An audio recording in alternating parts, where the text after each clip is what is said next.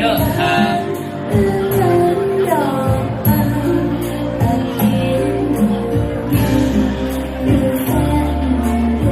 เจ้าหน้าที่ประจำหลุมทุกหลุม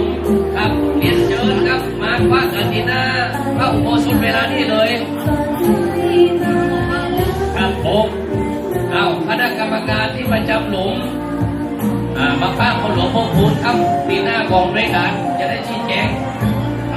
ครับผมก็กรรมการประจำหลุมให้พบปะกับคนหลวงพ่อคูณบริเวณด้านหน้ากองอำนวยการด่วนครับ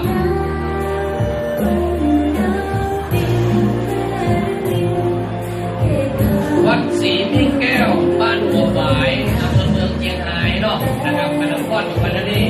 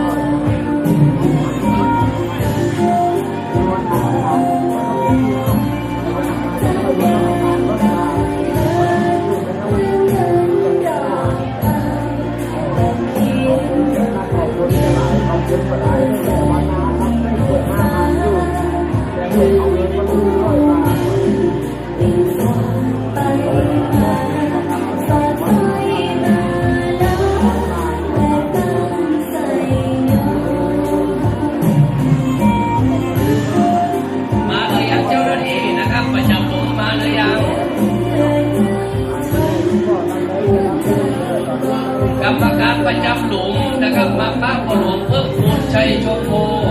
ที่ด้านหน้าอุโบสถเวลานี้เลยนะครับเดี๋ยวอีกสักครั้งจะเข้าสู่พิธีการแล้วนะครับจะได้มอบหมายให้ทางเจ้าหน้าที่สำนักงานพระพุทธศาสนาจังหวัดเชียงราย